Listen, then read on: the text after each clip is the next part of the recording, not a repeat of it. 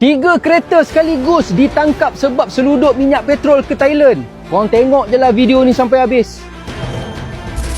Satu sindiket penyelewengan petrol RON 95 berjaya ditumpaskan di dalam Optiris di Pengkalan Hulu Grig. 3 lelaki tempatan berusia antara 60 hingga 70 tahun ditahan hasil kerjasama KPDN dan JPJ Grig. Siasatan mendapati mereka menggunakan modus operandi isi minyak secara berulang kali di beberapa stesen minyak berhampiran sebelum membawa keluar petrol tersebut ke negara jiran. Kereta yang digunakan pula diubah suai pada tangki bagi menyimpan petrol dalam kualiti yang besar. Korang tengok je lah dekat seat belakang ni. Sebenarnya itu bukan seat koma, itu adalah tangki. Dalam operasi ini, 3 kenderaan dirampas bersama 450 liter petrol RON 95 dengan nilai keseluruhan rampasan dianggarkan RM15,741.50. Kes ini akan disiasat di bawah Akta Kawalan Bekalan 1961 kerana memiliki barang kawalan tanpa kebenaran. Okey, RON 95 adalah subsidi untuk rakyat Malaysia, bukan untuk diseleweng, bukan untuk diseludup.